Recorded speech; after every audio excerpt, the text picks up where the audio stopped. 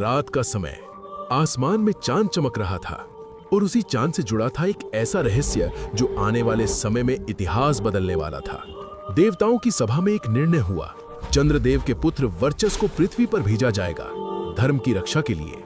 लेकिन चंद्रदेव की एक शर्त थी, मेरा पुत्र अधिक समय तक पृथ्वी पर नहीं रहेगा। और फिर जन्म हुआ अभिमन्यु का। अभिमन्यु कोई साधारण बालक नहीं था, वो गर्भ में ही युद्ध की विद्या सीख रहा था।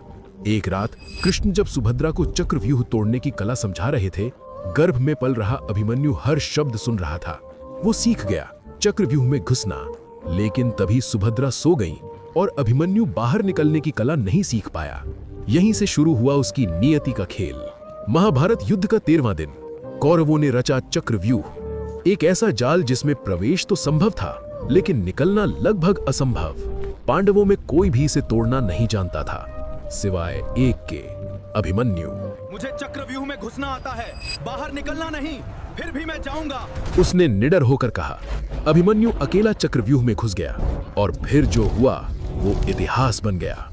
उसने एक एक कर बड़े बड़े योद्धाओं को धूल चटा दी। कौरव सेना में हाहाकार मच गया, लेकिन धीरे धीरे वो अंदर फंसता चला गया। अचानक नियम टूट गए। महान योद्धाओं ने मिलकर एक साथ हमला किया। कर्ण, द्रोणाचार्य, अश्वत्थामा, कृतवर्मा। अभिमन्यु अकेला था। उसका रथ टूट गया, धनुष छूट गया, लेकिन उसने हार नहीं मानी।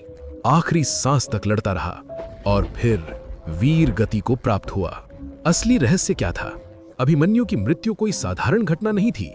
धीर, ये पहले से तय थी, क्योंकि वो वर्चस था जिसे पृथ्वी पर कम समय के लिए भेजा गया था। जैसे ही उसका कार्य पूरा हुआ, वो वापस चला गया।